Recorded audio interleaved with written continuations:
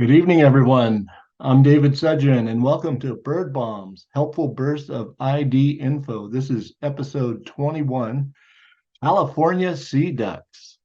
And tonight I'm joined by Laura Stedman, who will be helping at the end with something special, but also some questions and answers. So use our Q&A and chat feature as we go through this. So let's get into this California Sea Ducks.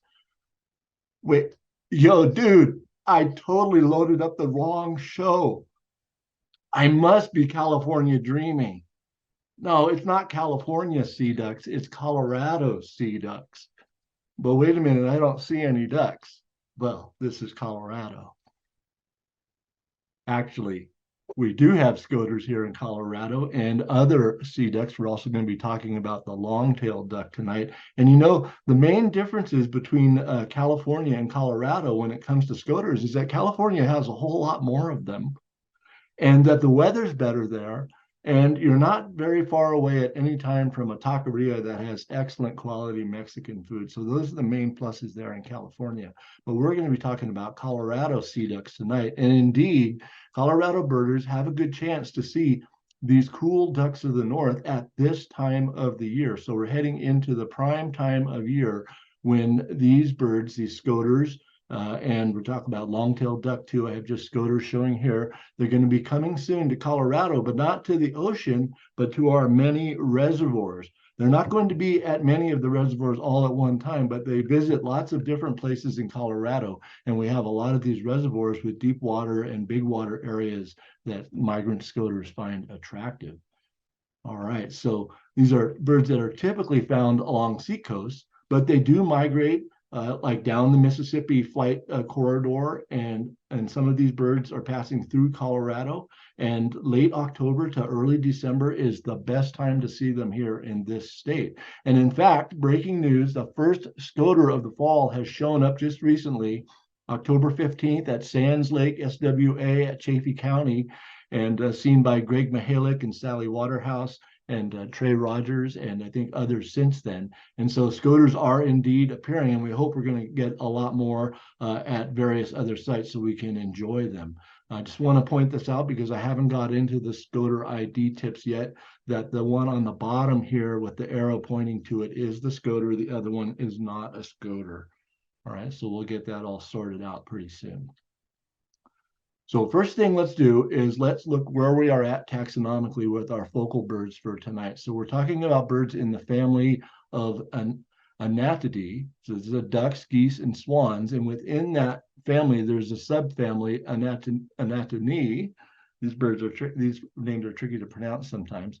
And the subfamily is divided into a number of tribes. And so these are just kind of good ways to group the birds to help us understand how they're related to each other, and also helps us with our identification and considering how the birds behave and what they're all about. So I do want to refer you back to Better Duck from last December, which focused on quite a few wintering ducks in Colorado to catch a lot of the other species. And we're heading into that great ducky time of the year. But tonight we're going to focus on the tribe Mergini, the sea ducks. All right, Mergini. And I like any opportunity to write and say the word Mergini. It's a great one. So the sea duck tribe includes, if you look at the center here, we have a listing of the different sorts of ducks that are in that tribe. The eiders, Labrador duck, now extinct, the harlequin duck, the scoters, the long-tailed duck, our bufflehead and golden eyes, and the mergansers. Those are all the Mergini birds, and these are, of course, birds that dive. These are diving ducks, and they can dive quite deeply and stay underwater quite a long time. These birds are going for fish and for shellfish that are at the bottom. And in Colorado, one of their favored foods is the crayfish that we have so many of in our reservoirs. And we mostly see these birds just on the water. We don't see them out on the land, and they have to run across the water to take off. And they do take multiple years, 2 to 3 years for males to reach a full mature appearance. Same for females, but they look a lot more like the adults early on. So there is that delay that's going to factor into what we'll learn about identifying these birds. Now, these are birds that are mostly associated with marine coastal waters in the wintertime, but they nest inland. And some of them also occur inland during the non-breeding season. So we have the genus Melanita, which has the Scoters, and that's going to be a principal focus of our time tonight. And there are 6 different kinds of Scoters in the world, kind of in 3 groups of closely related species. And of course, here in Colorado, we have the surf Scoter, white-winged Scoter, and black Scoter.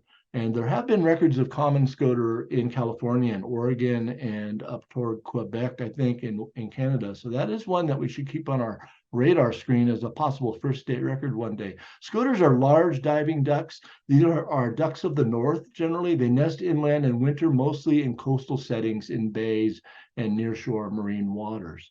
Now, it's important to understand how to pronounce the bird correctly. Now, I've been saying Scoters, so it's not Scoter, it's not Scooter, and don't let your spell checker turn it into Scooter, but it's Scoter.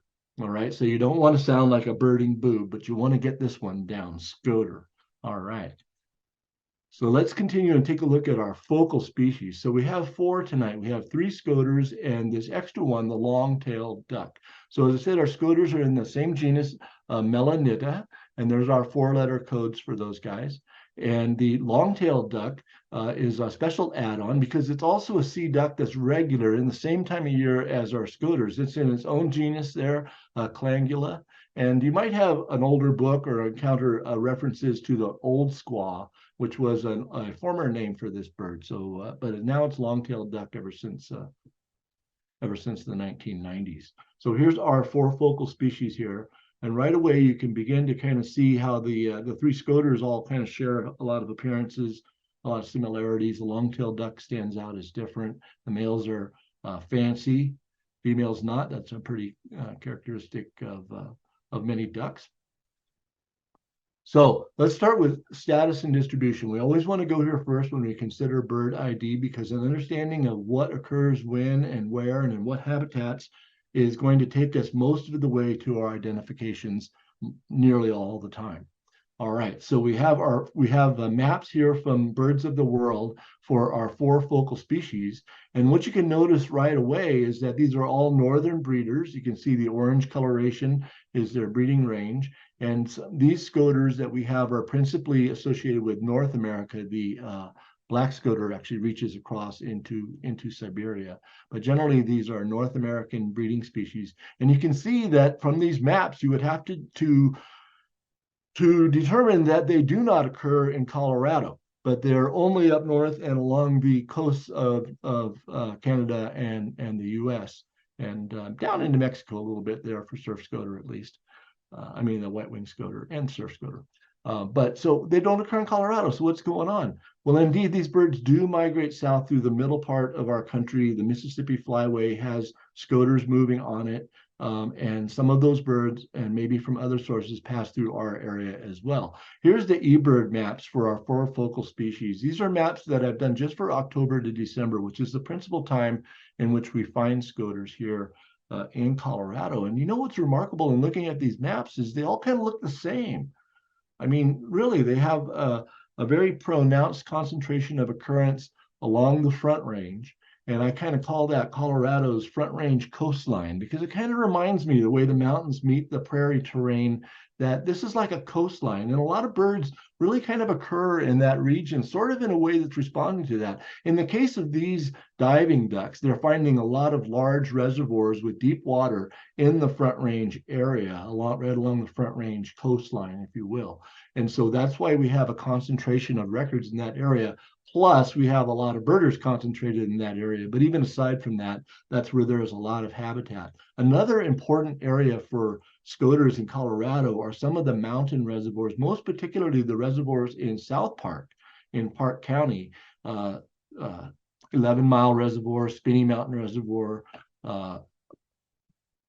Antero Reservoir. These reservoirs actually attract a lot of Scoters. And it's interesting that some of the mountain localities can be great spots to look for Scoters during the late fall. They all freeze up later on, but while the water's open, it can be a wonderful time to look for Scoters.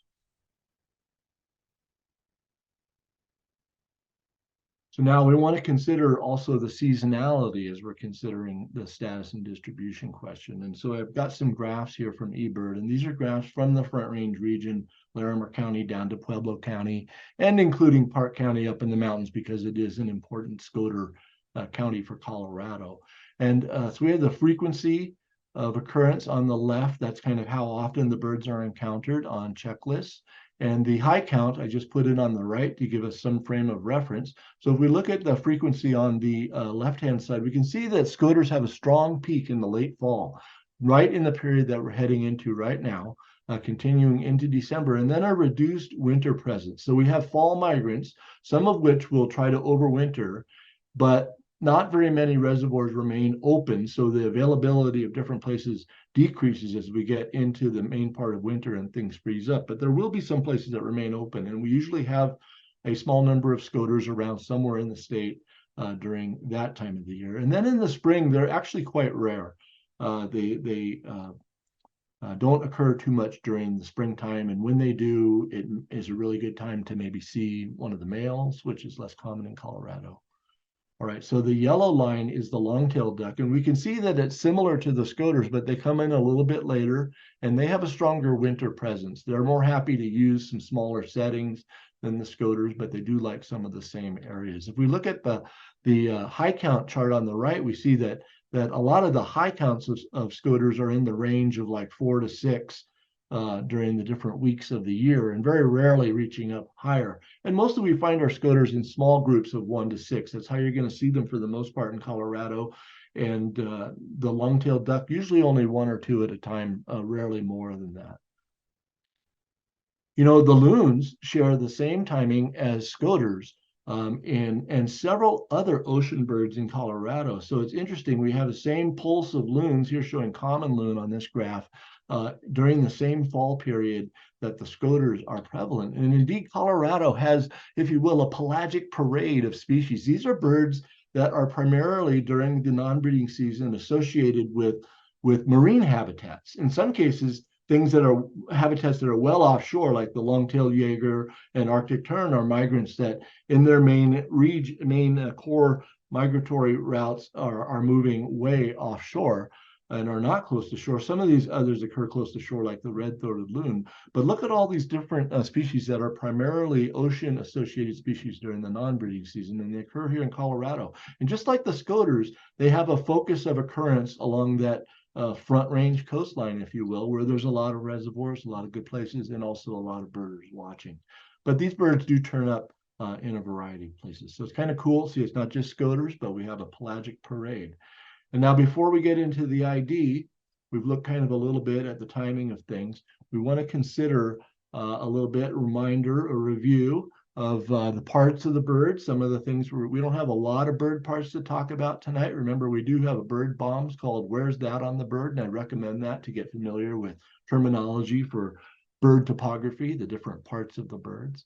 And as we look at these images here, we already have our 3 focal Scoters lined up here, and I hope you've already been looking and noticing some of the differences that are consistent among them, because some of the things we're going to look at are things that are pretty obvious, really. So, but let's look at the parts here. So I've got some arrows highlighting different things. When we talk about the bill of the Scoter, sometimes we talk about the upper margin of the upper mandible. That's called the culmen, and the shape of the culmen can be useful for Scoters in determining, is it a kind of a convex shape, like in this surf Scoter at the top, or more of a concave shape in the white-winged Scoter in the middle. The area between the eye and the bill is called the lores. The area on the side of the face below the crown is the feathers that are called the auriculars. These can also be called ear coverts or the cheek. So those are all terms you can hear with the Scoters in their ID. And the nape, of course, is the back of the neck. And mostly we're not too concerned about the wings of Scoters, except for one point. Before I go to the wings, though, let me just follow up. So we have these spots on the head, and I pointed out where the lores are and where the auriculars are. And on 2 of the Scoter species, we see spots located at the lores and on the auriculars or cheek or ear coverts. And so we can call those a loral spot and an auricular spot. That can be our terminology if I'm consistent with it for bird bombs tonight. So I was saying that the wings, are less important for ID of Scoters, except for the fact that one of them is absolutely to be confirmed by its white in the wings. Of course, the white-winged Scoter. We can see in this fine picture that the secondaries are white, and actually the tips of a number of the greater secondary coverts are also white, and that's what's creating that patch there. So here's the primaries, here's the tertials back here, and they're not white on this white-winged Scoter. It's not an adult bird, and we'll see if we can figure out why as we go on. You can notice one thing you can see is it doesn't have any color on the bill, and there's no white around the eye. So let's get back to that. And, we can consider that most of the Scoters seen in Colorado are females or young juveniles that are female-like. So, of course, the juvenile females look like adult females, pretty close, and the juvenile males begin looking like adult females, but they develop features that are different, as we'll touch on in a second. So the adult males are fairly rarely encountered in Colorado compared to the others. So sea ducks do require 2 to 3 years to acquire a full adult appearance. And so when you're looking at some of these birds, if you're able to get a close view, you can discern some of the details that might indicate you have a young male. And that would be that they could have female-like colors, but they show subdued male patterns or develop the male coloration during the winter. For example, if you look down in the lower left here, this left hand of these two shots shows this a bird that's developing black on the front of its face. And its bill is not all gray, but it has a pale area where the adult would have a pale area, and a dark area appearing where the adult male would have a dark area. Similarly, happening over here on the right-hand picture where you have a young male paired with a female, and you can kind of contrast the differences. So you can pick out the young males, and you want to keep that in mind when you're considering ID of particular birds that are in a little bit closer. So those features are going to develop over the course of their first winter.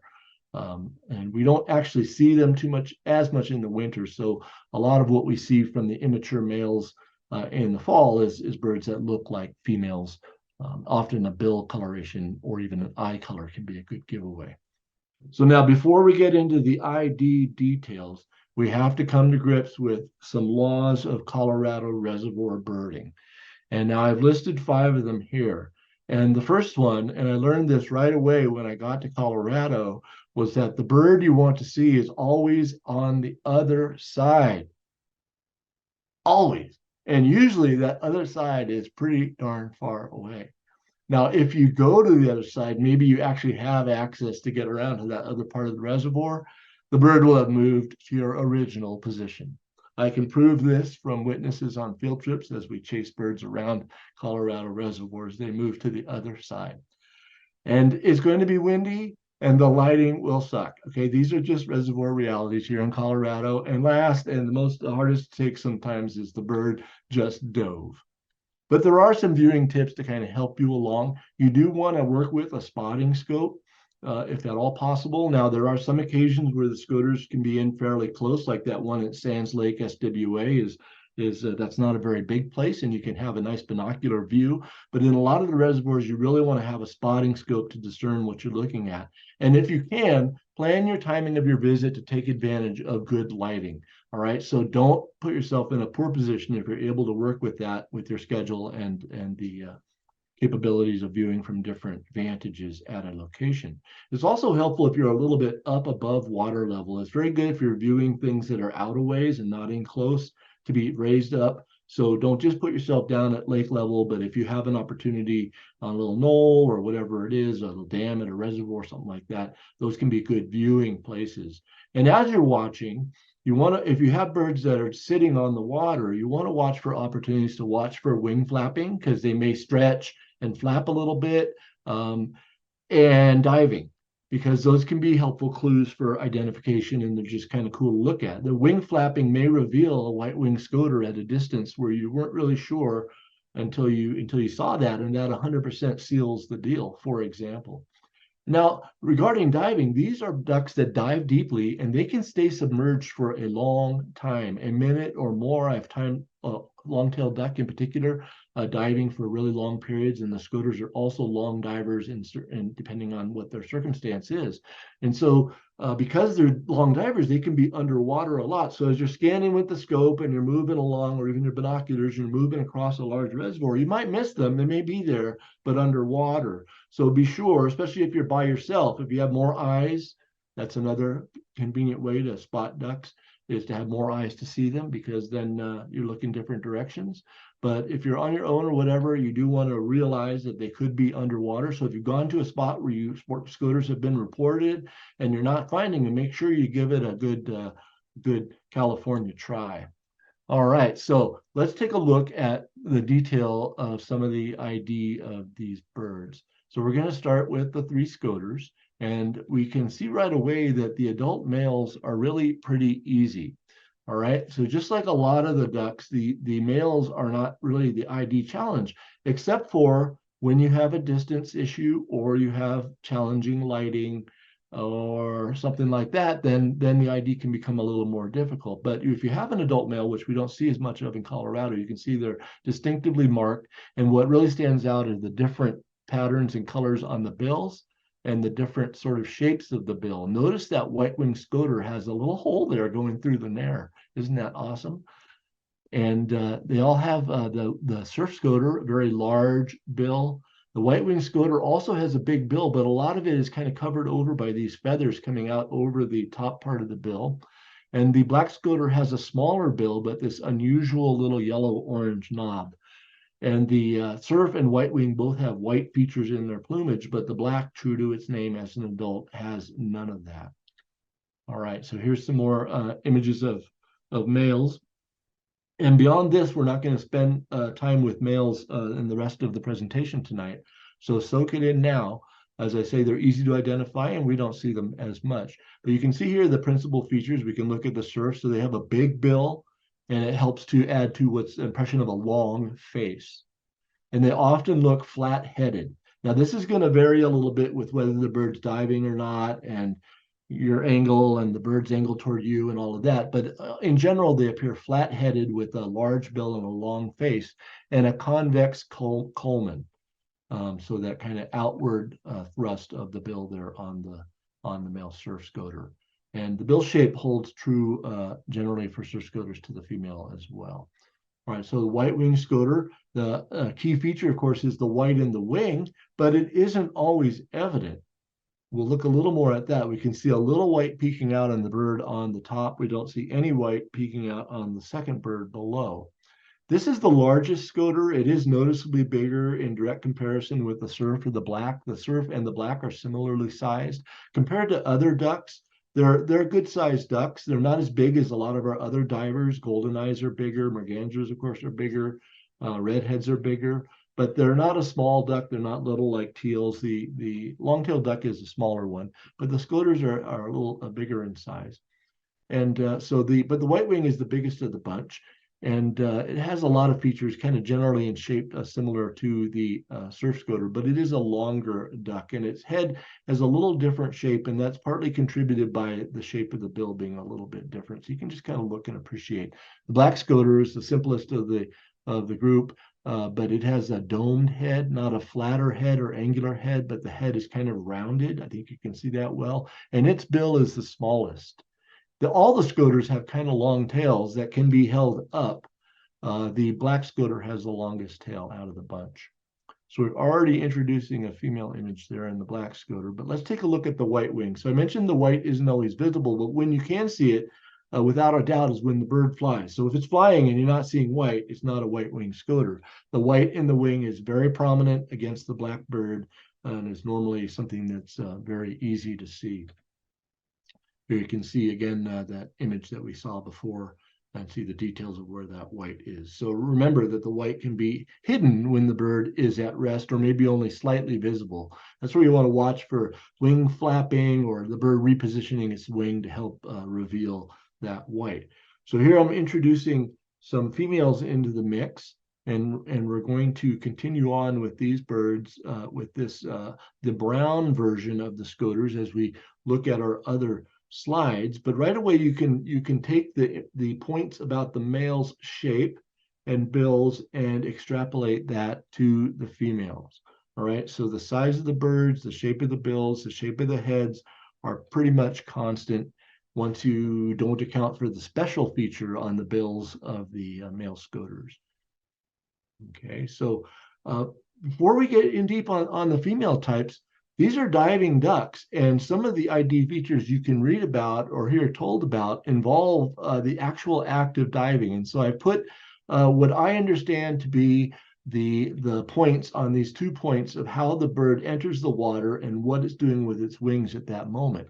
Now, I think if you look at these pictures here, you're going to say, well, it's kind of hard to tell. And that's partly because these are still images. When you watch the birds actually doing the diving, there is some truism here to what's being said. So 2 of the species kind of leap forward or lunge forward as they are going to dive, and they don't fully leave the water or anything, but it's kind of a leap forward out of it. And that's the surf and the black. But you know what? Look at this picture of the white wing. It looks like it's also leaping out of the water. So that's where I say, you know, I just have to relate this part. But these can be tricky parts to assess. And 2 of the species hold the wings partly open. One of them, the black, wings held tight. If the bird is sideways to you, like the black scoter in the lower picture here, it's really hard to tell what's going on with the wings in just a moment of a dive. So those aren't really good ways to ID the birds. And if you have to resort to that, you're probably not seeing the bird as well as you want to see, because indeed you can identify these birds using other features besides their diving features. But when they're underwater for a minute at a time, and then they're above the surface for about 2 seconds before they dive again, you want to get what you can. Anyhow, here's the brown ones. So I'm going to kind of lump together here our female scoters and not worry too much if any of these happen to be young males. I do see some young males evident in these pictures.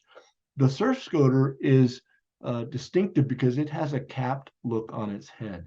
Now notice the white-winged scoter to the right, I'm going to say does not have a capped look. So what I'm talking about is this dark crown that's contrasting with this pale brown area on the lower part of the auriculars or cheek, right? There's a white spot there, the auricular spot, but I'm looking at the contrast between the top of the crown and the lower auriculars. And when I take that over to the white wing, I see that there's the dark crown, but also dark lower auriculars without the contrast. So that's the capped, not capped difference. It's a great field mark at a distance. And so it's a really good one. So that's one that you want to pay attention to. Notice again on the surf scoter, the long bill and long face, a little different in shape from the white wing scoter. And it has that flat head, the different bill shape we're talking about. And if we look at the spots on the faces of the surf scoter and the white wing scoter, we see they both have white spots in these particular images in the same places. Sometimes the surf can have white on the nape even, and sometimes the white wing doesn't show any spots, particularly young males.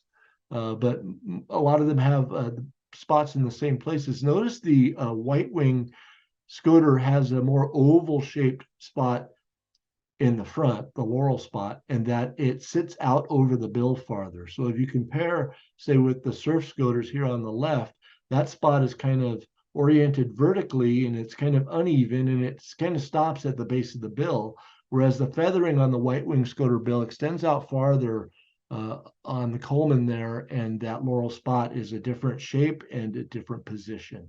Good thing to consider. Now, the black scoter doesn't have any spots. It just has a whitish, not actually white, but whitish cheek extending down onto the upper part of the neck, creating a very different look.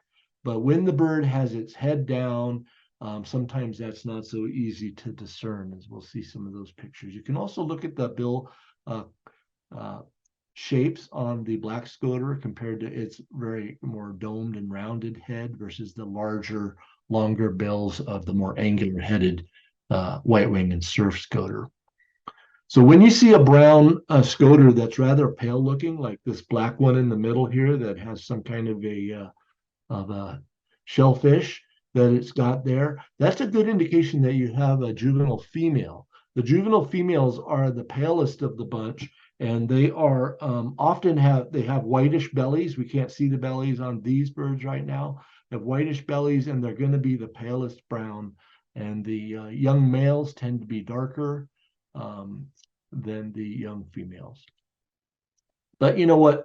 This is too easy. This is practically California scotering here. So let's take a few steps back, and we can apply here our Colorado Scoter capabilities using the very same features we were just looking at with the closer views. So on the left, notice the large bill and long face of the surf scoter. Notice the contrast on the face. You can see there's a darker crown and paler brown area below that auricular spot on all these birds, right? You see that?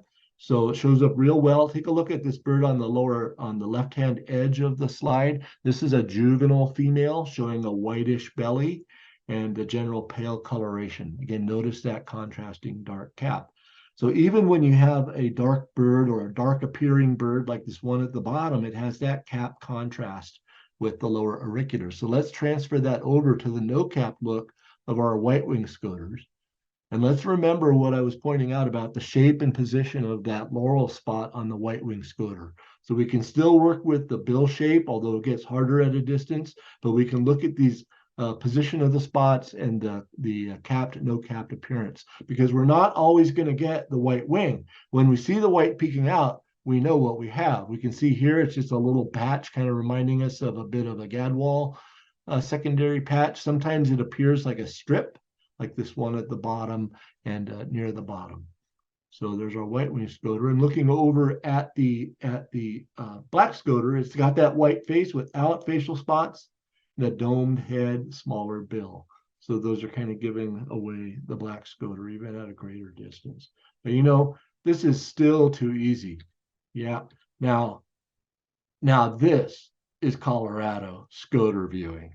Oh yeah. Let's just forget it. All right, let's go on. Let's take this long-tailed duck.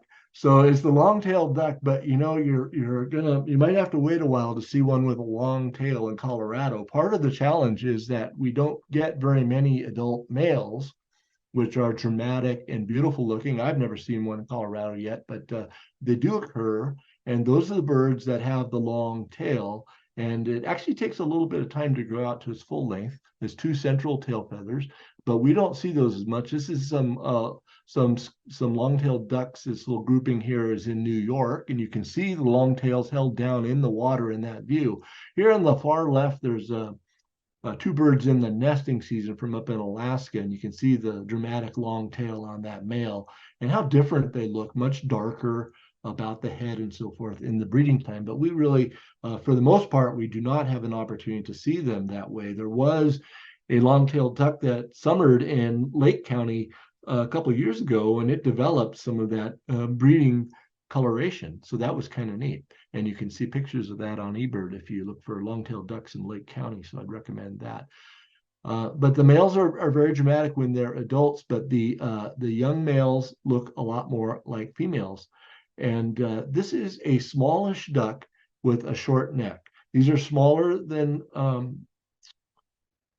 the scoters, and they don't have as big of a bill or as long of a neck. And generally, at a distance, you see a bird with a white head with a dark patch on it, usually, and it's dark above and has some white at the side. So you have this mixture of white and dark areas on the bird. And the fact that there is all that white helps it to really show up very well at a distance and kind of cue into it pretty well.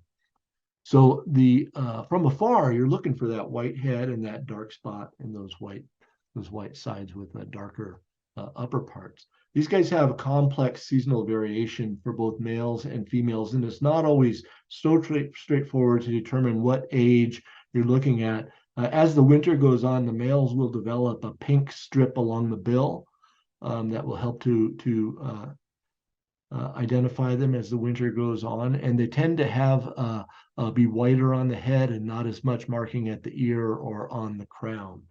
The females, they also will have pale scapulars.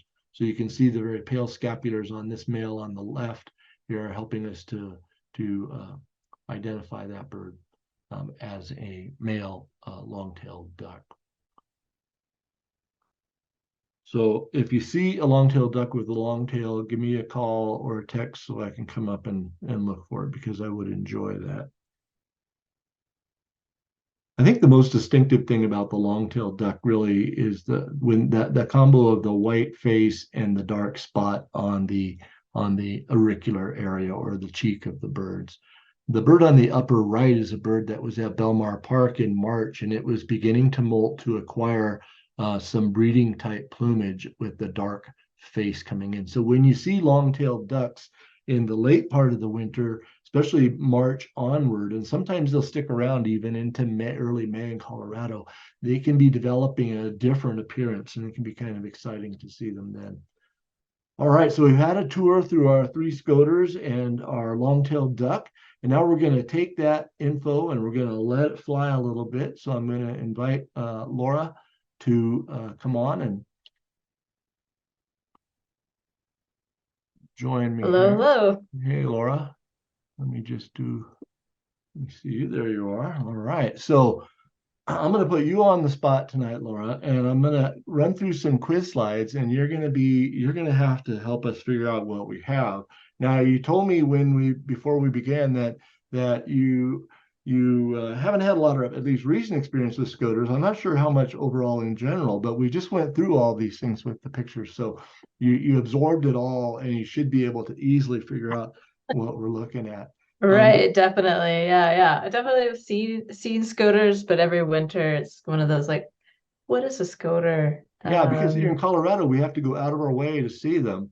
And It'd be often cold and it's your fingers cold. Yeah, freeze right. and It's tough. It's yeah. really tough. Yeah. So, but in general, would you say that Scoter ID seems challenging or kind of straightforward?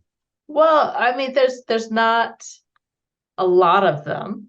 Yeah. So if as soon as you can narrow it down from other types of ducks or maybe loons, you've got like one of three for a long-tailed duck. So that narrows it down. It's certainly easier for me than impid flycatchers, right?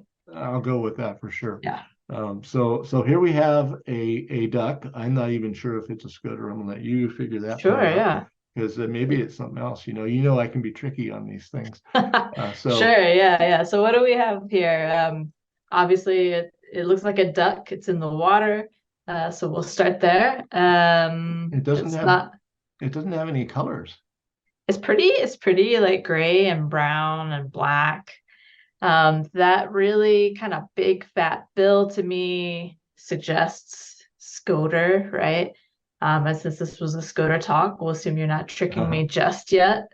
Yeah. Long-tailed duck, right? It would have like more white on the face and be patchier.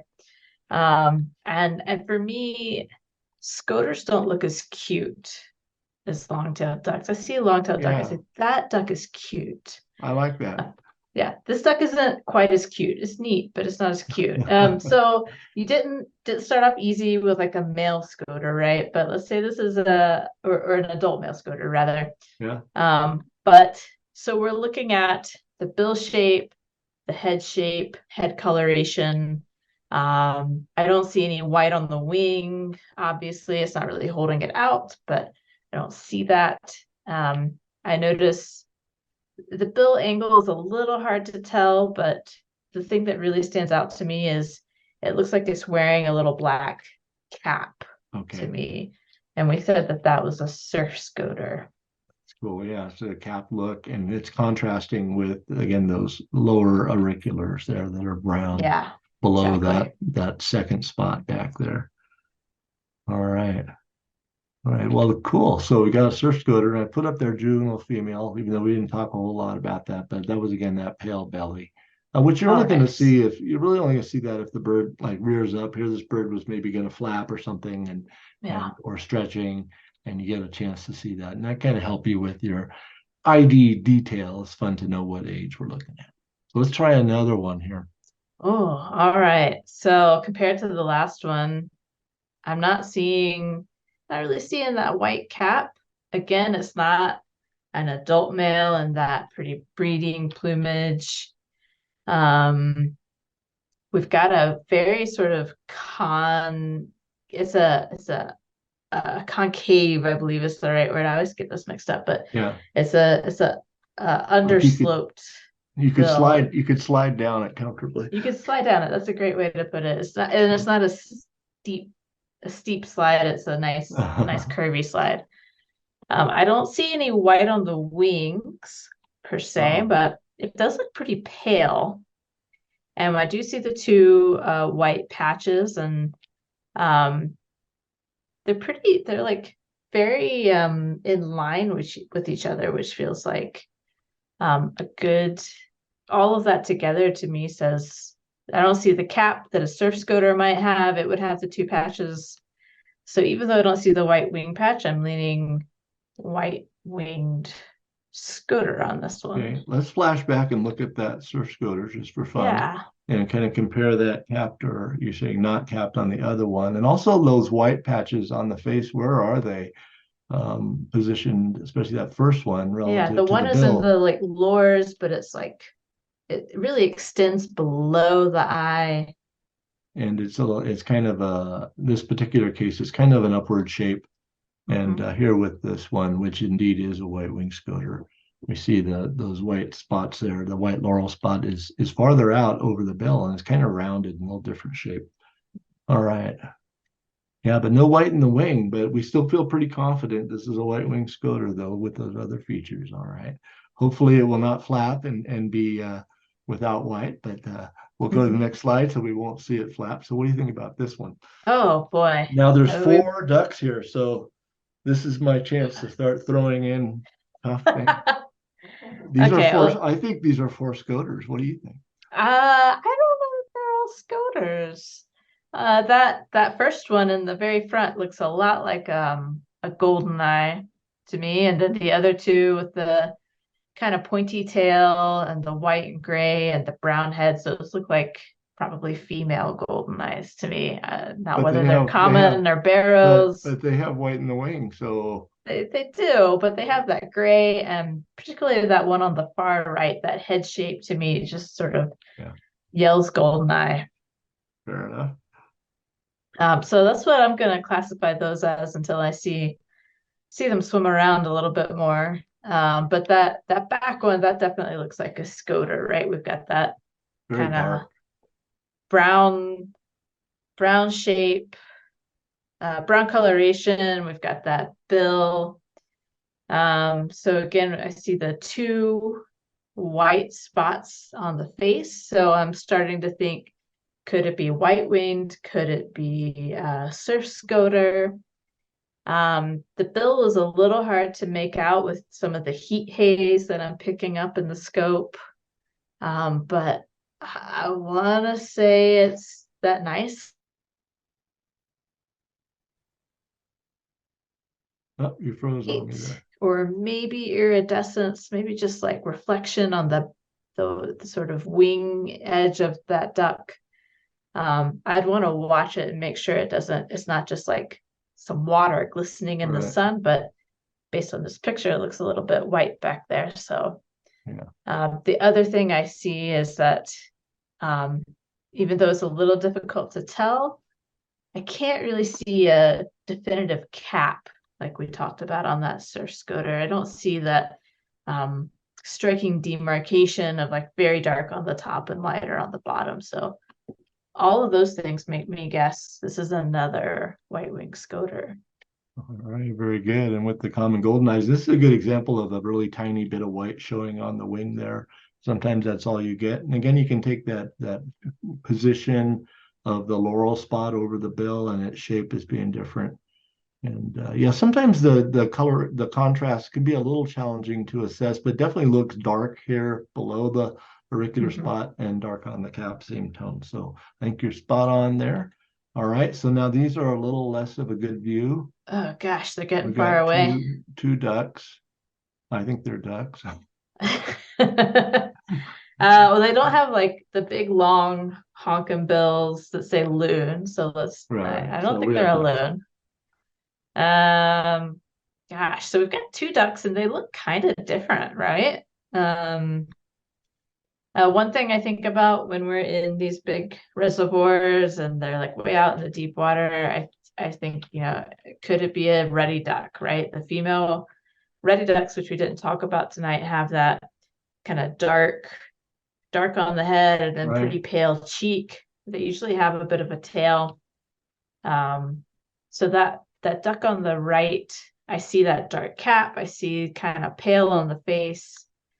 But that duck doesn't have a pointy tail, and it looks really, to me, it looks long compared to a ruddy duck is a pretty Yeah. compact duck that I would expect. So I'd want to like keep looking at that, but based on what I'm seeing from here, I guess that one is probably a black Scoter because we've got that dark. Again, we don't have the two white patches like a white wing Scoter or a surf Scoter. We've got really just like a pale side of the face. Yeah, big area.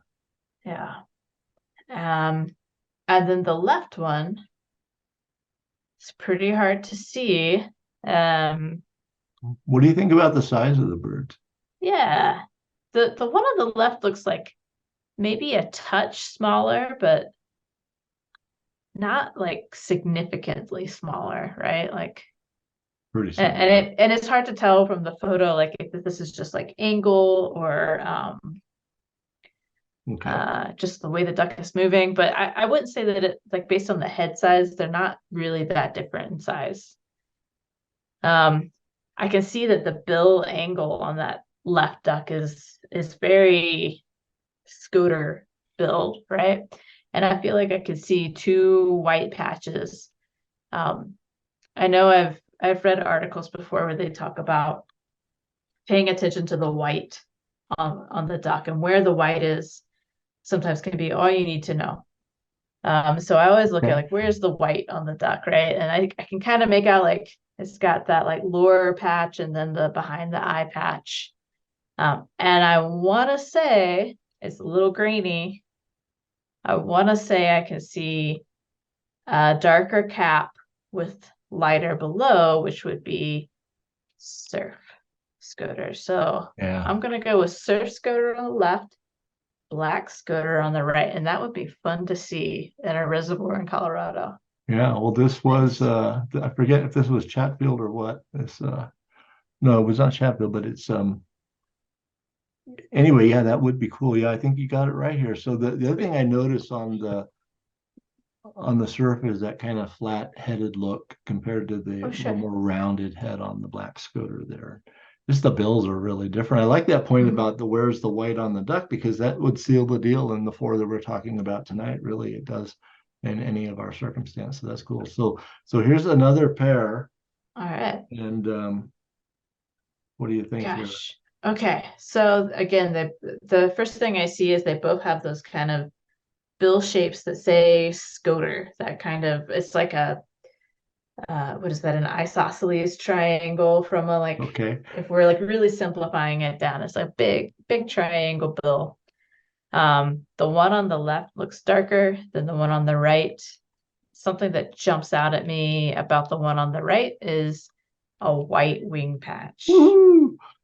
So we're gonna go with the white wing Scoter. That one, the one on the left, I don't see that, but again, we've talked about how that doesn't Well, necessarily mean yeah, anything. because in a few minutes that white could be hidden and you won't see it. So Right, um, exactly. That one on the left, I don't see a ton of white on. I get a little hint of a little bit of white on the head, and I want to make the darkness and the kind of flatness of that head into a kind of a cap, like a surf Scoter there. So surf on the left, white winged on the right. yeah, the other, But it's tricky. I would love to watch these in the scope a little more. yeah, we have again that capped look on the left-hand bird. That was kind of what you're getting at there versus not capped on the right. Plus, the right-hand bird is bigger. It To my is. It eyes, does look clearly a bigger. larger Yeah. bird, and the white wing is noticeably bigger if you have the two together. That feature is not so good if you just have one kind. All right, so now we have this could be the last one for you tonight, All and right. Whew. it's beautiful This lighting looks on the like water, but sunset or something. yeah, something like that. I think I don't remember what time of day I took this picture. South Platte reservoir. And so again, it's two ducks. And what do you think here? I think it's Yeah. a pair. You think they're like buddies? Male, well, or male and female, maybe. Oh, It's male and female. I don't know. Okay. Well, It's winter time. they look like pretty different size. It's hard to tell if that one on the right is like swimming away from us. It looks like Well, it might aren't be a male little ducks bit. bigger than female ducks? This, Could it just be that? I well, mean, I don't know. yeah. I see that pointy tail on the right. Yeah. We were talking about the reddy ducks earlier, and I see that pointy tail, and I usually think reddy duck, or if it's like a little shorter, sometimes ringneck ducks can have a little bit of a pointy tail, but it's usually not that like obvious. So even though I really don't see much coloration at all on that duck on the right, You can that see a little tail's, bit of an eye line. yeah, there's like a little bit of something going on there. A little bit of coloration on the body, which again, like the Scoters don't really Not have dark, like yeah. a darker top, lighter bottom. So I'm kind of leaning Reddy Duck on the right there. And that one on the left, we talked about how like female Reddy Ducks can have like a darker thing on the top and then the white on the side. So if I was just zooming by with my scope, I might say that that looks like a Reddy Duck. It's in the group of Reddy Ducks. But again, to me, from this angle, it does look bigger. I don't see that pointy tail, and the bill. It's a little hard to tell, but it looks different. How it meets the face looks different. The kind of Yeah, the interface there. it's again, it's that like fat triangle. So what do you think that is then? So I think that that's gonna be a black Scoter. So it's not the pattern on the head is not dissimilar from a wintertime ruddy duck male, which has a Yeah. big white cheek patch. But if we could see the Scoter a little better, we'd probably see that we would see the white extending onto the neck. And it has more of a neck than a ruddy duck appears to have, which is kind of a squat bird. So black Scoter and ruddy duck, excellent. You passed the test, Laura. Good Sweet. job. So I've been watching a lot of bird bombs lately. yeah, see, it's been working. All right. So we'll go to our conclusion. We'll come back for some Q&A in just a moment here. Thank you for putting out the effort there. I want to say thank you to all of our photographers who contributed images that were used in this episode of Bird Bombs. The images, I hope, are credited on each slide. And if you would like to become a Bird Bombs photo contributor, if you use eBird and you have images on there, if you want to just give me an email and let me know that it's okay, I can go there directly and pull things from there that might be helpful for a future Bird Bomb show. So thank you very much to all the photographers. Any questions anybody might have or any comments? Yeah, sure. So Ajit kicked us off with good ideas, Laura. I appreciate that. On the hot seat there. Maybe David will make it even trickier for me the next time. We'll see. Or it might be my turn next time. I don't know. Let's see. Barbara asks, is the function of the culmen on that on the duck's bill, why do they have such a big culmen like that? Is the function known? So the different male Scoters all have special features on their bills. In the case of the black Scoter, it's like a knob. In the case of the white wing, it's this odd shape in the upper part of the bill with a hole in it. And the surf Scoter is more just like a hefty bill with a lot of color and its own shape. And it's just functionally the birds all feed on the same sorts of things. So I don't think there's something related to feeding necessarily. Those bills are all good bills for crunching up mollusks and shellfish and such. And it just must be more just the sexual dynamics and the what it is that those species, the way that they're expressed in the male there. So we see a lot of different, and that surf Scoter bill is something else. I tell you, the adult male surf Scoter, that is just something else. Yeah, for sure. Let's see. Patricia says, why did you say very few males, but females are more numerous? I think she's alluding to why do we not get as many adult males migrating through Colorado in the fall and winter? And why is it mostly the females and younger males? What's So going on there? this I think also is a truism for a lot of those other pelagic or ocean birds that I featured on that one slide showing the pelagic parade. The loons, for example, the young birds predominate. So we can't tell males and female loons, but we can tell young and adult. So a lot of times the young birds predominate. And I think what is going on is that we are peripheral to the core range of these species, and most of the adult males are in the core range. And the birds that end up in marginal areas, a lot of them are young birds, which is probably over 50% of all the scoters that occur in Colorado are juveniles, whether males or females, and maybe the females also are more in the marginal areas of the range. Now we do still get some of those other ones, but I think that would be how I would seek to explain it. Yeah, it's really interesting. I was wondering that too, like why we get some but not all of them, right? Like they've got different migration patterns or whatever's going on. Yeah. Let's see. Susan asks, why are they called Scoters? And you might ask, why are they not called Scoters? That's pretty fun. Because it's pronounced Scoter. You know what? I don't really have an answer to that question.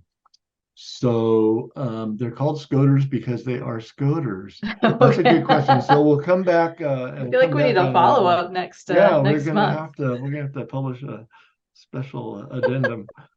Great question. I don't know. Maybe somebody knows and can chime in real quick. But it's not based on how they sound. They do make strange sounds, and I would recommend check out either on Merlin or on Birds of the World or eBird, anywhere. Just check out their vocalizations. Particularly the males have these odd sounding calls. So that's kind of fun. We don't hear them here, but yeah, I was gonna ask like if you'd ever heard them in Colorado, because suppose they might. They're always like so far away usually, but yeah, they probably do some grunting, like a lot of ducks do. But the males have particular calls they do during the courting time and so on that are really kind of neat to listen to.